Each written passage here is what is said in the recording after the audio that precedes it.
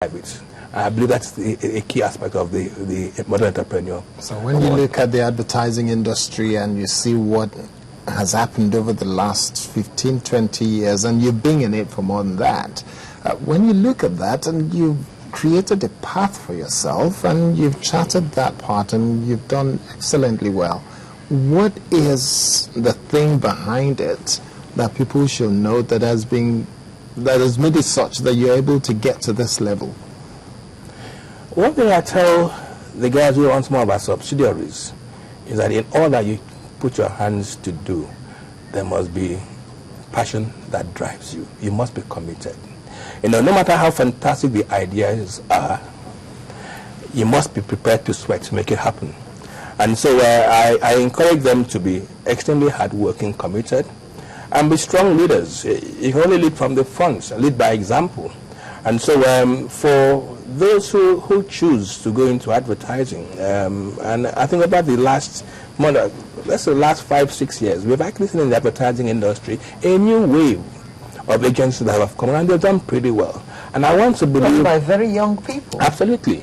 But even those are the ones you even see. There are also those who are into a lot of online advertising. You don't get to see them, but they're doing fantastic work because the age of the new media with young people who are very adept in using these tools. They are there and they're happening. I still strongly believe that it is the work of those who went ahead that have inspired these young people to take the bull by the horns and go for it. Okay, well, and use the insights. Absolutely. Okay, well, so hard work, passion, commitment, and things like that will make it happen. So as we wind down now, the award ceremony, when is it happening? Where? Great. It's on the 5th of December, Thursday. It's between 3 and 5 o'clock. It's just 2 hours. Promises to be an exciting time. It's going to be at the Muzon Center, Oniko, Lagos. Shell Hall? Yeah, Shell Hall. Are we all invited? Absolutely. Let's celebrate entrepreneurship. Let's celebrate enterprise. We'd love to have you. By invitation or registration? Free to all. Free to all? Yes. Okay. Well, what should one expect to see there? It's a celebration of entrepreneurship. We celebrate our graduates who have dared to pursue their dreams through a structured program, an intensive program at Faith Foundation. We celebrate, of course, the model entrepreneurs, faith-trained entrepreneur, and the one that is not trained by, not necessarily trained by faith, but also doing extremely well. He certainly wasn't trained by faith. He wasn't trained by faith, but of course, a great Nigerian doing great work. But very importantly also, we celebrate our volunteers who, through our platform, are able to give back to Nigerians. Okay. Very well. Okay. All right. So what would be your final word for emerging and aspiring entrepreneurs? My final word is whatever they're doing now, stay on it. Give their best, stay on it. If you doesn't give, it will give soon. God on your side, nothing is impossible. Okay. And your final word? If you have had the courage to see something that you think it's you, then I think it takes a lot more of you to also put a lot of passion to it. And I believe that passion really means discipline. And will that include Come to Faith Foundation for help? Absolutely. Absolutely. Thank you very much. And I want to say thank you to Mrs. Elizabeth Olofe, Executive Director of Faith Foundation, and Mr. Odeme Onafiak Ufat, CEO, SONU, Sachi and Sachi. Thank you very much. Thank you. Thank you for having Great to us. have you both here. Thank you. Our sunrise is not going away. We'll take a very quick break, this one more time, and then we'll be back with the home stretch.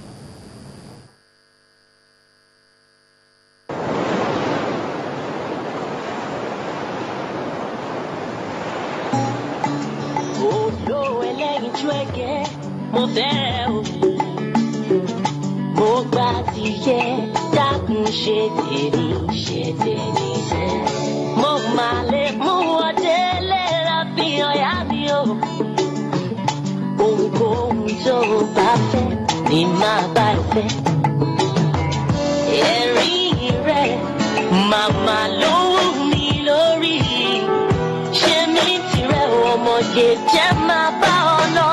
Oh, it's really forever you and me could be together until forever. Truly, forever you and me could be together until forever. Toko mi run this year, baby. nìkan. Láyé lọ́run ni mo fẹ́ o. Báyé kan ọ̀ mélé kan ọ̀sẹ̀, èkùrọ́ lálábàkú ẹ̀ wá. Ohunkóhun tó bá fẹ́ ni máa bá ẹ fẹ́. Ẹ̀rín rẹ̀ màmá ló wù mí lórí. Ìrọ̀rùn igi ni ìrọ̀rùn ẹyẹ tí ń bá ṣàtìrí ọ̀sẹ̀. Àpòṣepòṣe, truly, forever you and me could be together until forever. Truly, forever you and me could be together until forever. Yeah, you know what I'm talking about now. 'Cause what if it didn't?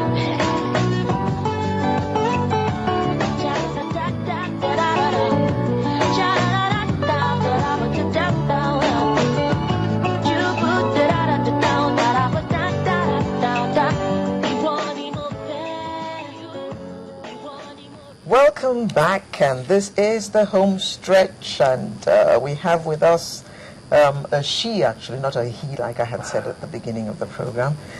Diwari Kelvin Peterside is very much a she, and she was born over there, as they say, in Jan, to use the young people's lingo, and she served as a choir soloist in her church, and she has actually performed in the prestigious Royal Albert Hall. No less, it's my pleasure to welcome Diwari Kelvin Peterside, who is a lawyer and a singer. Good morning, Diwari. Good morning, ma'am. Good morning. When I saw Diwari, I thought you were a he. Yeah. I mean, when I saw Kelvin, Kelvin. Please forgive me. It's fine, it's fine. People make that mistake. On my driver's license as well, when they see Kelvin, like, but you know, be woman. And when police people stop me, you know, be man. You know, be man. You know, be man. But it's my dad's name, and he gave it to all of us. So all my siblings have Kelvin as their middle names. Okay. Yes. You're welcome. Thank you. Now, you first of all read law. I did. And you have a master's degree as well. Yes, ma'am. So what drove you to music? The same thing that drives most people, I believe, is the passion for it. Is there singing in your family? A little, nothing professional. I think I'm the first person to actually go out there and do it professionally. But we do sing. So why did you go study law if you were going to sing? Well, music is something that I've always loved and I've always done right from when I was a child. But getting an education is also very important to me and also to my family. And it's in Nigeria, we have to do something that we'd be able to, give us a stance in society, as they say. So I decided to go for law. And I always wanted to study law. If I was going to choose any profession, it was going to be a lawyer. So. Well, you then went ahead and studied the law, which Yes. you wanted to study. Yes. And then you abandoned it. No. Oh, are you practicing? I'm not practicing at the moment, but it's not abandoned. I like to say it's on the small burner, at the back burner. But it's still... You're still doing some legal things? Yes. Okay, but you're not going to court? I'm not going to court, no. Okay. So how do you combine that little legal work which you do with your singing? Because I happen to know that to be a good and successful singer, you have to practice, and practice. Practice, absolutely. You need time for creativity, to write songs, to perform, to spend time at the studio recording.